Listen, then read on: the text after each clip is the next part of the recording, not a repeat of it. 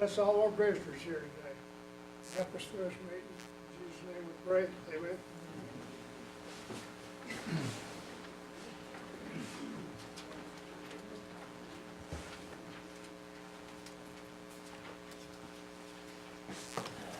So you can do a roll call.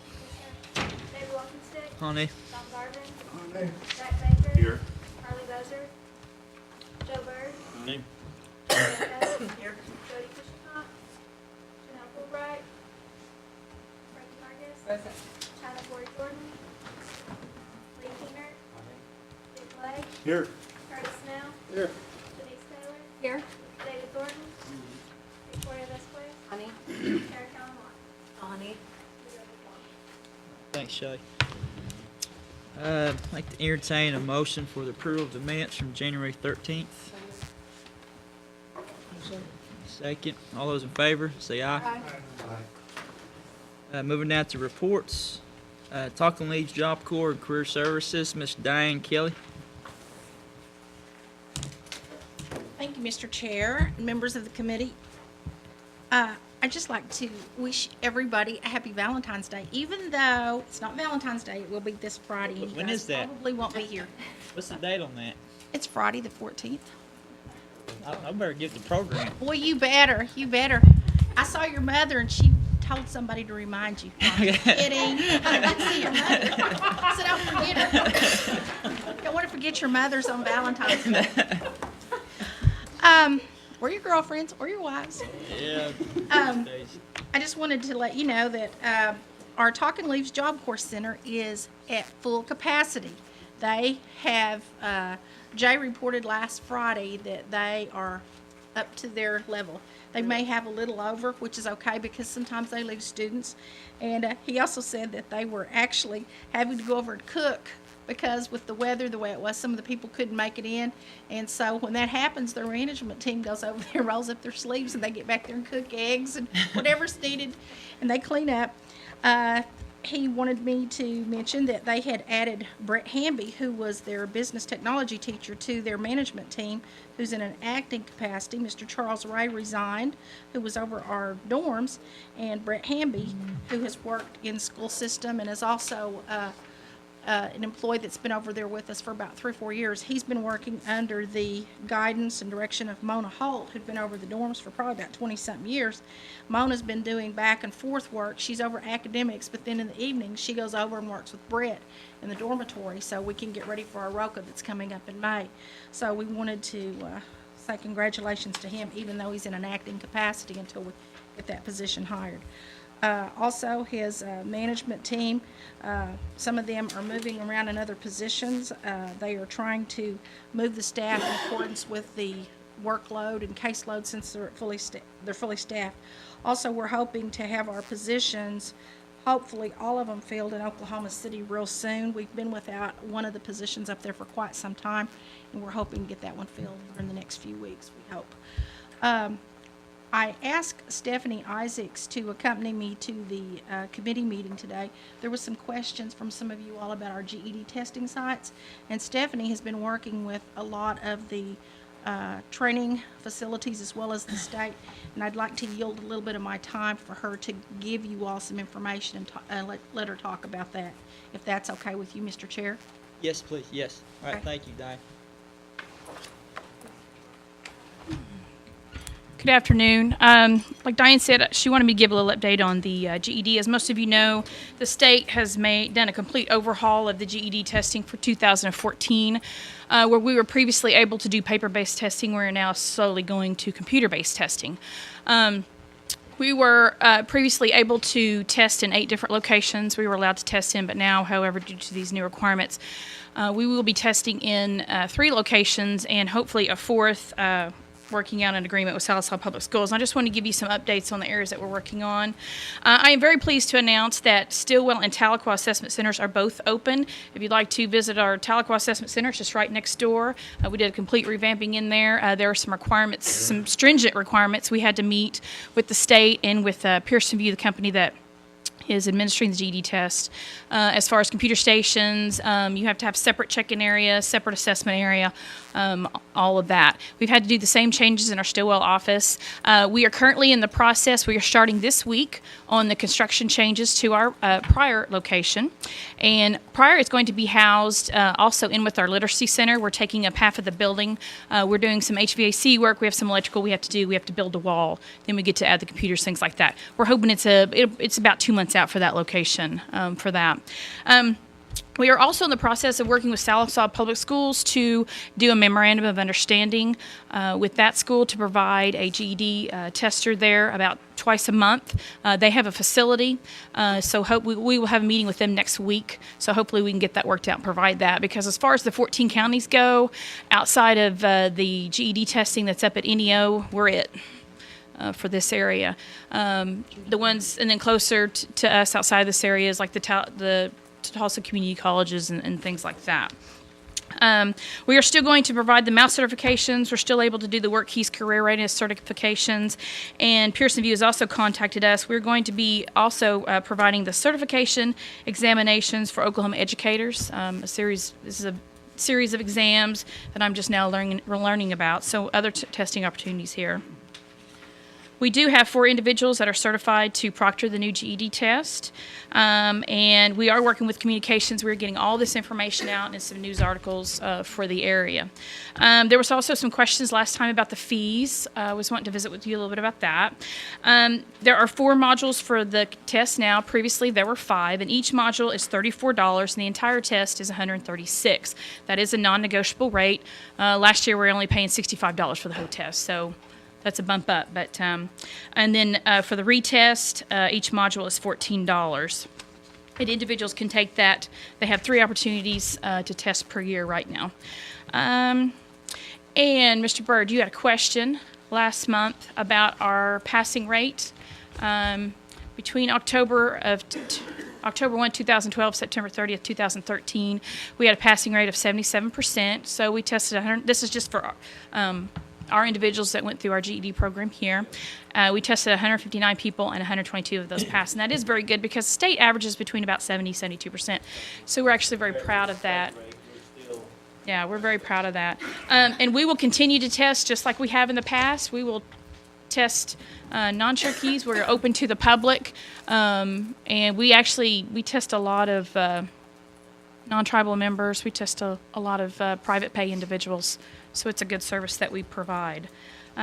Is there any other questions that perhaps I could answer for you? Stephanie, Yes, sir.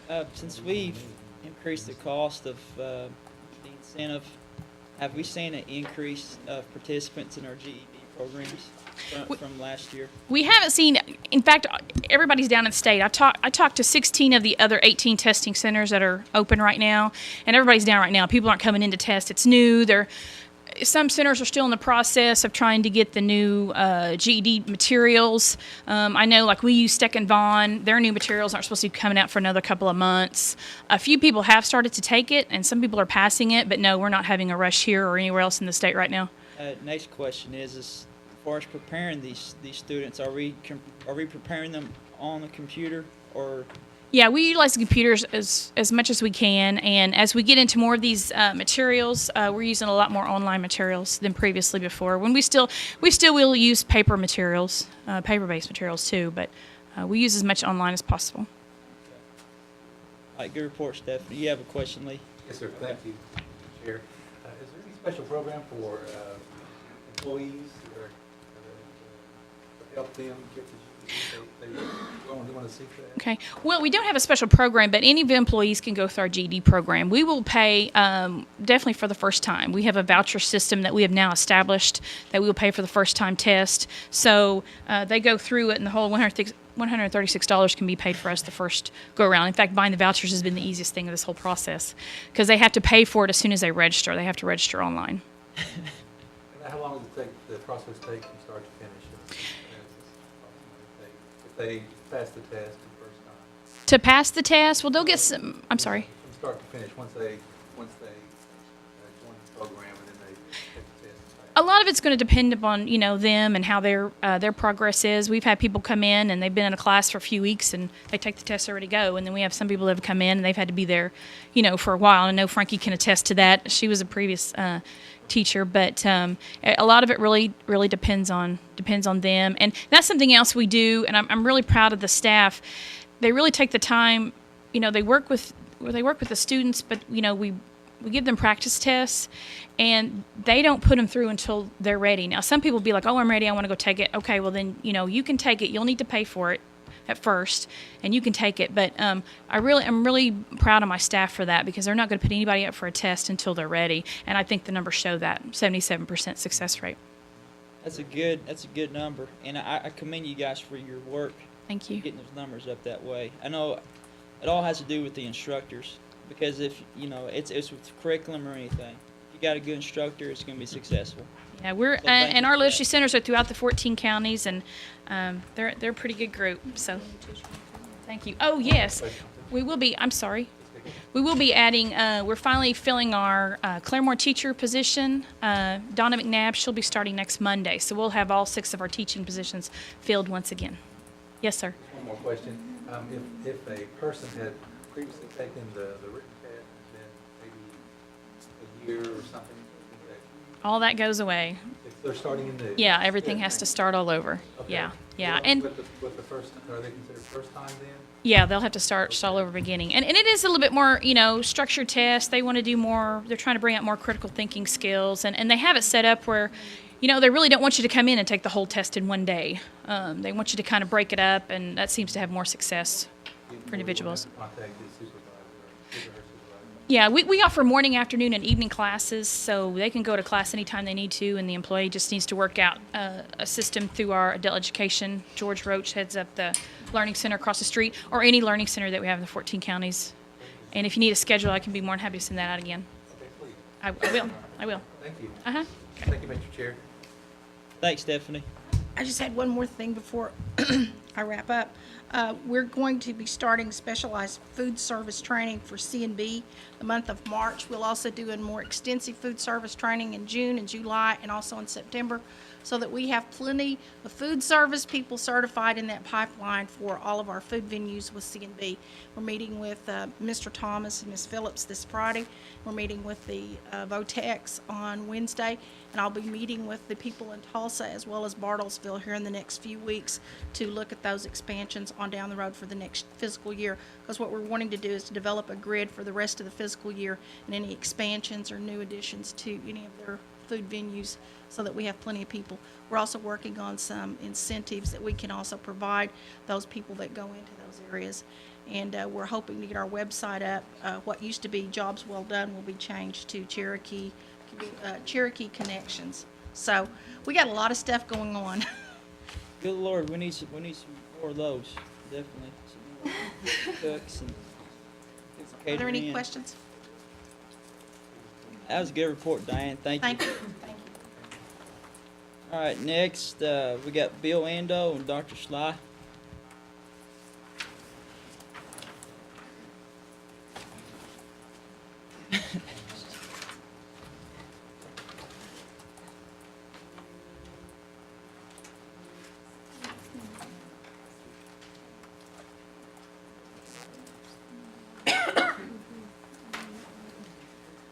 Good afternoon. It's good to see everyone. You too, Dr. Wonderful Sly. day. It's good to have you back.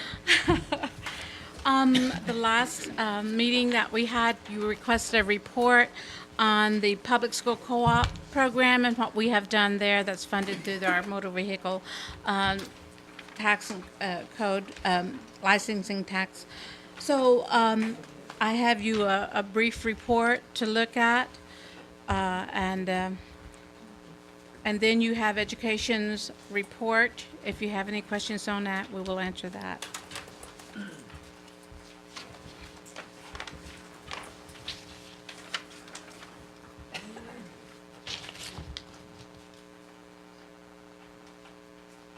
Dr. Sly, Yes, sir. on the Head Start report, the credit card expenditures for travel, is that necessary? Like, do we need to have that in our report? It's You- page 22 or 4, page 22. Mr. Chairman, we don't have any staff on this.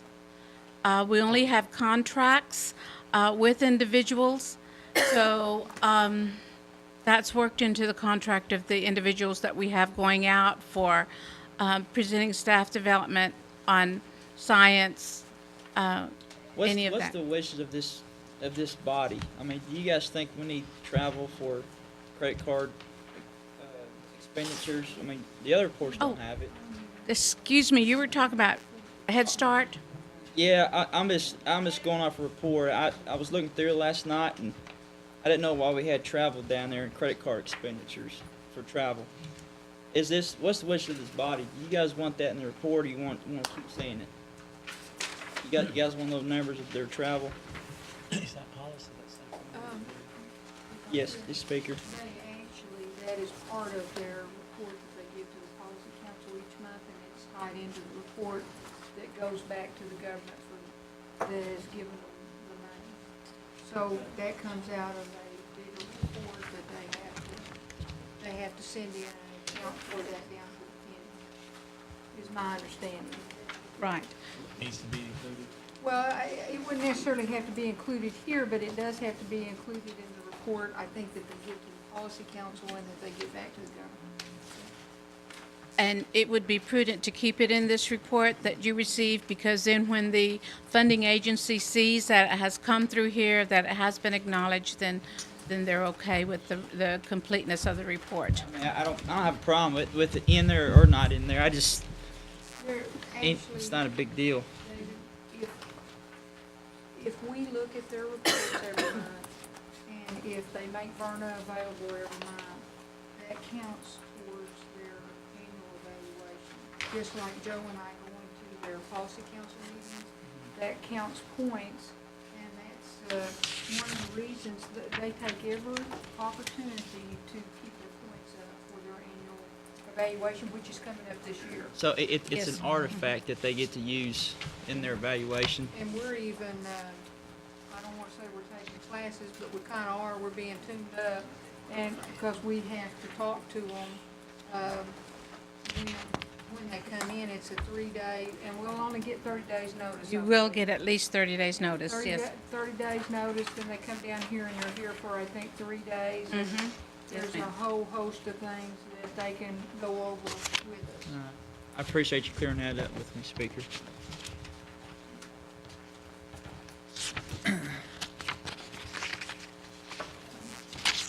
Well, does anyone have any questions on the public school co-op report?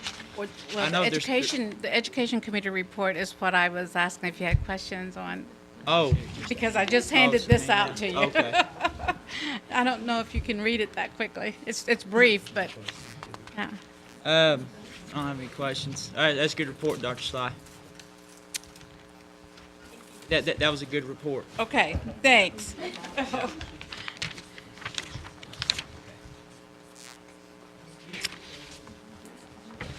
Hey, Dr. Sly, I know Speaker Jordan mentioned last meeting about some schools in our area in need of the A through F liaison, or whatever you guys title that.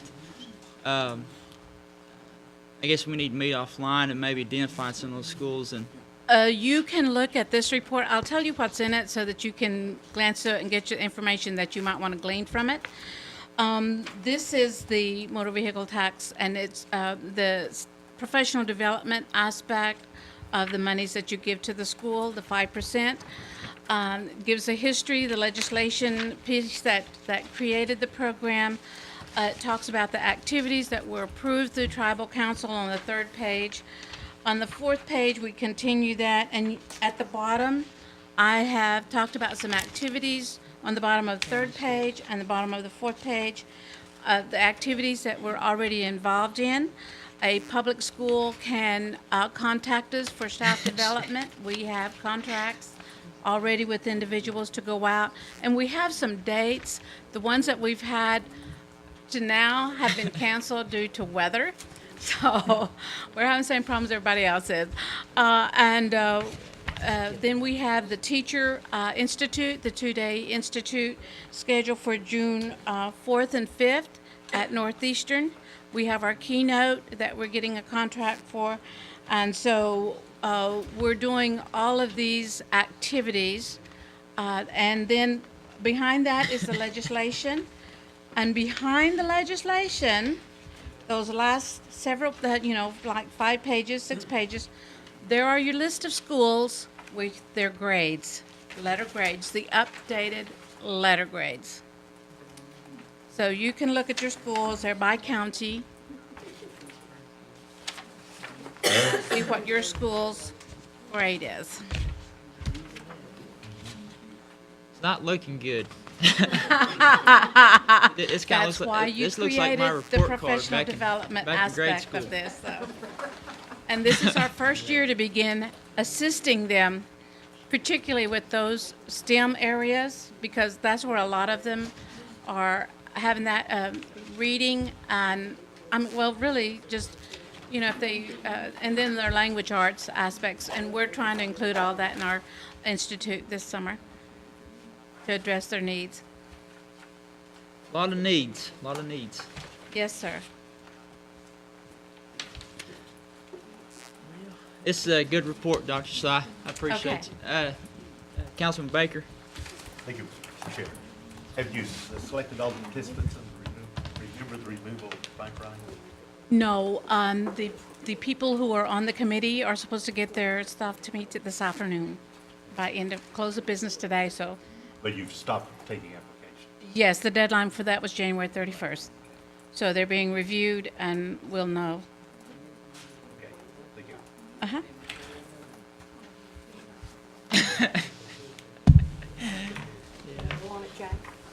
Get ready. Better not take. Oh, God. That might work in, Jay. Yeah. Chief Bird said that he didn't want to get removed again. Okay, well, I guess will you allow him to keep his chair then? Yeah. So he won't I be don't want to get removed? removed again. I'm also wanting to let you know that Ms. Thompson will not be available today. She's in another meeting. So she's trying to, when you switched it to 3 o'clock, you really, from 12 o'clock, she already had another standing meeting set. So that's why she's having a conflict and trying to reset the other meetings, so, That's all right. okay. Well, I guess we'll burn this report standing. If you guys have any questions, just shoot your email or something. You guys have any other questions? Seeing none, good report, Dr. Sly, and I Thank you. appreciate this. Bill, thank you, sir. You guys have a good. All right, next, Sequoia High School, Mr. Leroy Qualls.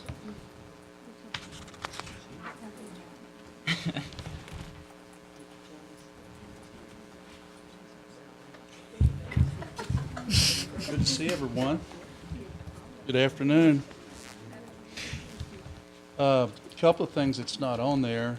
On the report that you have is 8th grade day this Wednesday, the 12th. We'll have several schools in, country schools in. 8th graders will be coming in to do tours and get information on anything from transportation to classes to dorms. We've got clubs and organizations set up also to have tables and booths and also to give them tours. And as you all know, we host Appreciation Day next Friday. We look forward to that.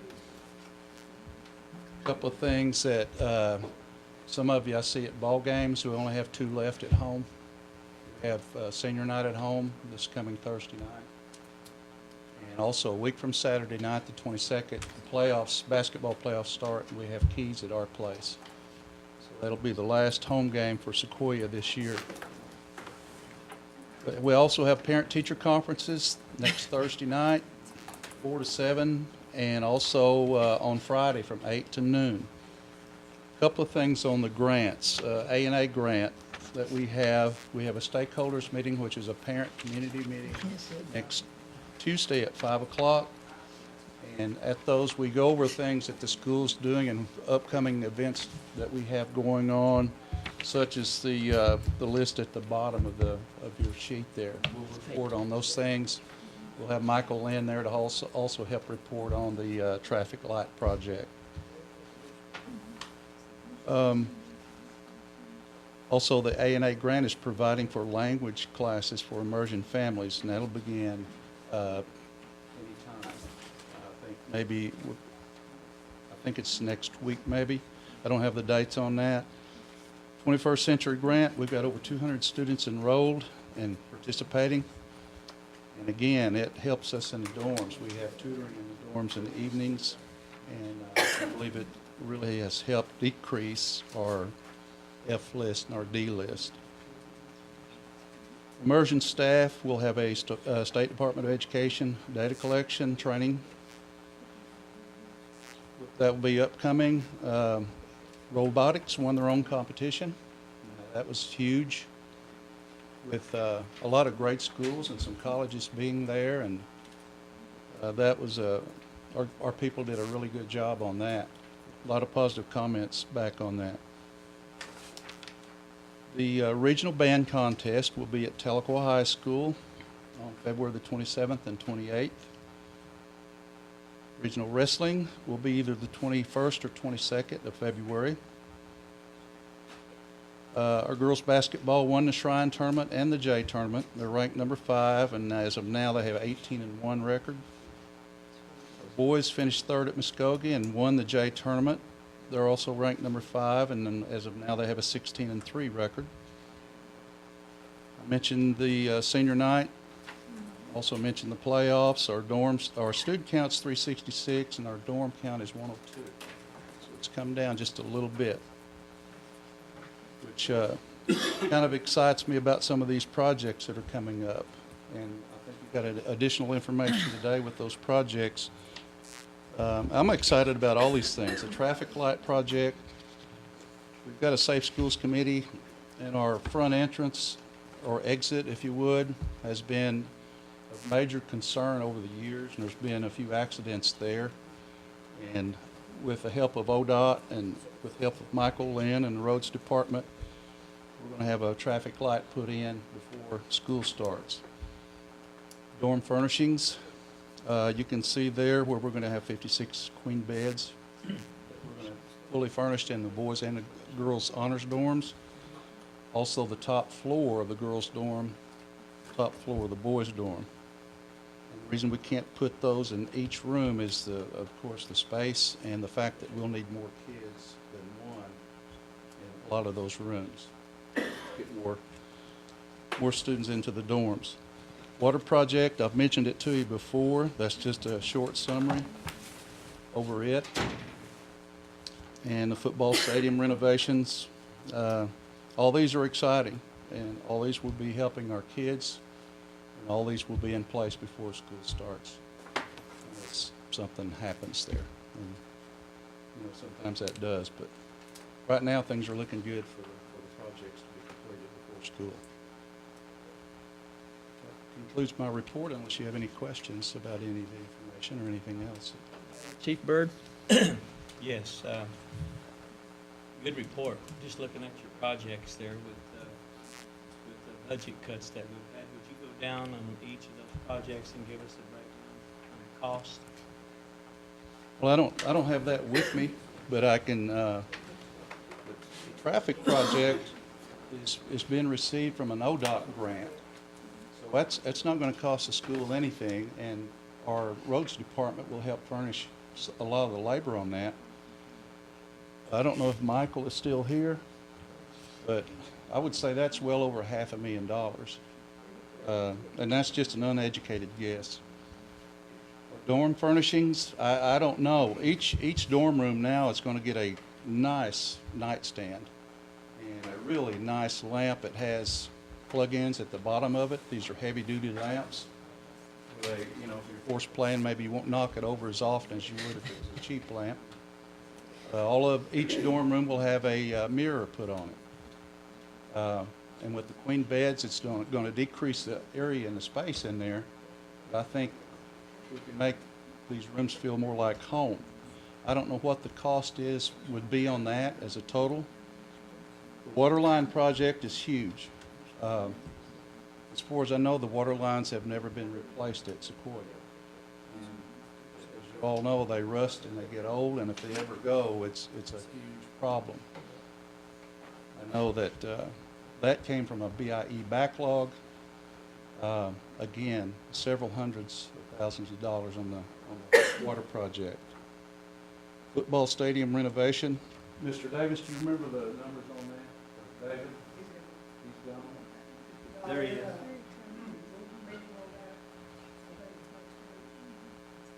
This Thursday, Bruce, do you know how much that football renovation was for? The higher amount to cover the whole thing? But with the addition of bleachers for the band, if we do get that, what I remember is it being well over $300,000. And with the addition of the bleachers, I don't know what that estimate would be. But with the entire list, it's a pretty good sum. Sounds like that the resources are going to offset a lot of that with the in-house. Absolutely. Yeah. You know, congratulations on the robotics. I know we always were improving the test scores on PCT. There's a guy up there that's really done a fantastic job. If they had seen where he started, where he is now, Sam Morris. If people would just look where, when he first started up there, I think he had 2 or 3 members of his band. And from Fort Gibson, went to Stillwell, got in there, Sequoia. That guy does a fantastic job. Yeah, and he also participates with the kids. Yes. He has a very good rapport with our students. I think that's one of the things that's helped increase his numbers. The last count I had was 46, plus he started a flag team also that has 10 members in it. And from what Sam told me, he once had 7 kids in the band. And of course, couldn't participate in anything, and now they're going to these honors band participations and are going to the regionals and marching band. They're very active. They go and do Christmas parades.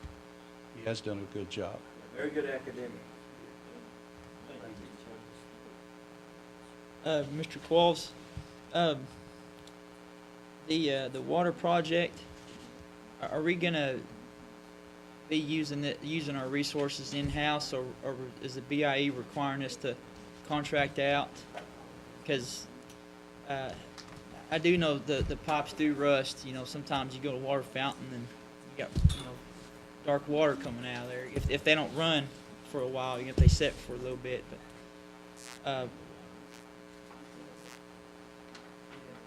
so, are we looking at this summer starting this water project, or? As soon as school gets out, because we really realistically have less than 3 months to get it completed. Has any of the other water lines been renovated yet, or is the whole campus? This will be the whole campus. Really? Yeah, and the water will be shut off, but it'll be it's sectioned to where we can shut off certain parts of the campus until we complete that part and then move on to a different section. The good part about these projects is that out of the school general fund, it's not costing 1 penny. That's what I'm excited for our kids. I think you do a great job of utilizing all your resources with the beds and the mattresses through CMB and putting those surplus. I mean, whenever you're broke and don't have much, you gotta do that. You just gotta scratch and claw for every penny you can get. One last question: when's the BIE speakers meeting at Sequoia? What? The BIE speakers meeting is scheduled to be at Sequoia in February. Dr. Bureau Slide, do you speaker? know? Are you talking Yes, about the yeah, bureaus? the bureau. I think that's been moved, maybe to down behind the restaurant somewhere. You have It's a been moved date on from the that, rec Dr. room. Sly? Yes, it has been.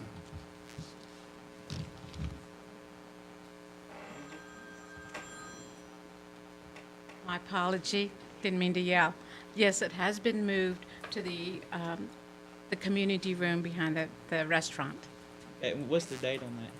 It's the second Thursday of the month, so the speakers, Second 13th, Thursday. uh-huh. 13th. Okay. And just to remind everybody, all the council, it's that February 14th is the car tag distribution. Everyone's planning on being there in Sequoia Gym. What's the time on that? 11 o'clock. 11 o'clock. There's If gonna be we food there? initially had it in your invitations at 10, but it's at 11. We had to make a change. Thanks, Dr. Sly. Uh-huh. Councilman Garvin, do you have a question? Mr. Qualls, this is not on business, but there's a person that plays for the University of Arkansas by the name of Qualls. Is he some of your relatives? I don't know, is he Cherokee? I don't know. Someone asked me that once, and you had a football player, but he was a lot darker skinned than what my family is. But not too many Qualls out there. And there's a Qualls for Northeastern. And my son's playing for Bacone right now. Yeah. Thank you. Thank you, Don. All right. I'm not saying. Granddaughter plays too. 5-year-old.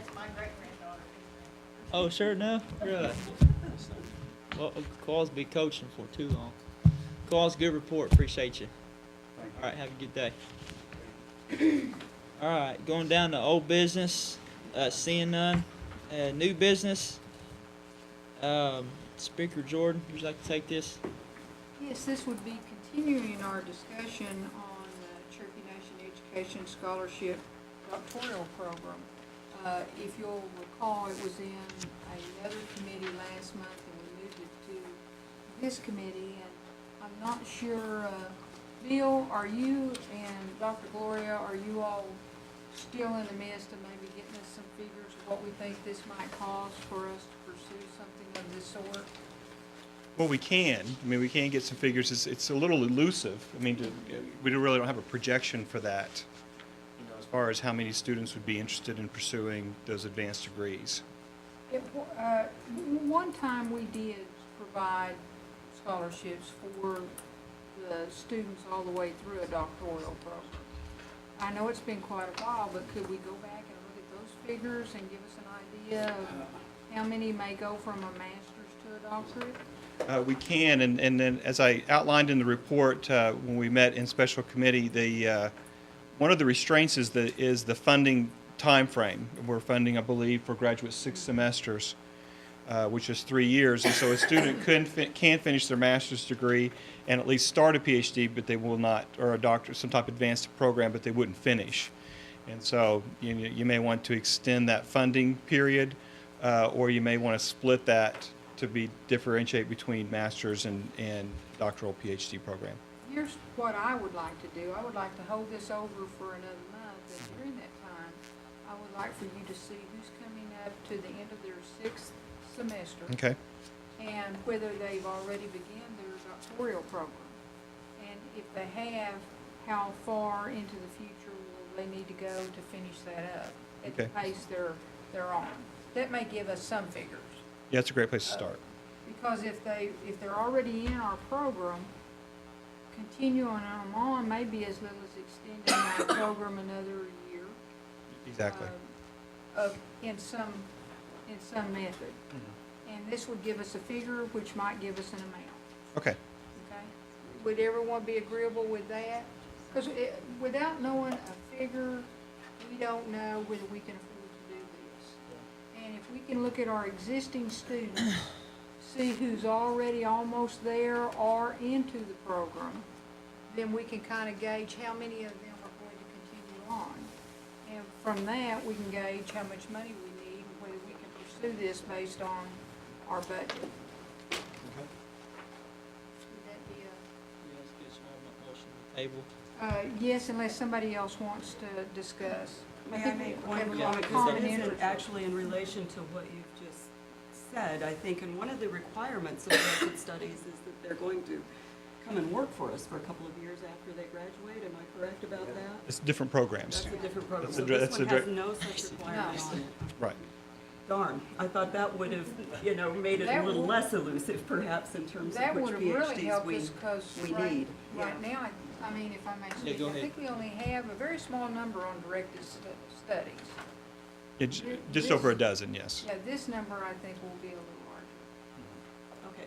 So are we looking at, Thank you. are we looking at turning this doctoral program to a retention program? Is that what we're, Kind of explain to me, David. I just, what the directed studies is, where they come back and work for us? Well, those are two different programs. You're kind of mixing apples and oranges there. We have a directed studies program which has about 12, Yeah, just over, yeah, about 12 13, participants in it now. Baker's dozen. And they have signed agreements to come back Yes. to work for us in various fields. And as I understand it, the departments have agreed that we need their educational, we need somebody in that Yeah, educational we're field. working harder than ever to match those people up with someone in that department, so there's a vested interest in the department, so they don't get into that program and then not have a position. Our directed studies program is not like the Indian Health Service directed studies program. Or they don't call it directed studies, but the Indian Health Service scholarship is more, we'll go ahead and educate you, you agree to go somewhere for a 3-year period, but they don't say what tribe or what hospital or what clinic. It's got to be in an area that is of Right. income, low income. Yeah, they could end up anywhere at the end So of ours that is program. a little different because there is a promise for a job when they're finished. And it's a real promise for a job and they know where it's at. Home, it's a home, it's home Yeah, where it's their basically family right is. back, you know, within the 14 counties. But I think for this program, which is a separate program, we kind of want to know who's going from a master's to a doctorate and whether they are pursuing that doctorate. And if they are, that'll give us a number. There may be some others that come into the system, but that would at least give us a starting number, which we can then put a figure to. And I would give it back to Okay, you. now I really, because last time when we were talking about this, and I think for a couple of times it's come up, and you had acknowledged that it was mostly, we were mostly funding people going into health professions at this point, and I think your... For directed studies, For yes. directed studies, and I think your statement at that time was that we weren't, or hadn't been funding people going into other professions because you hadn't gotten word from programs at the Cherokee Nation that they needed people in those professions.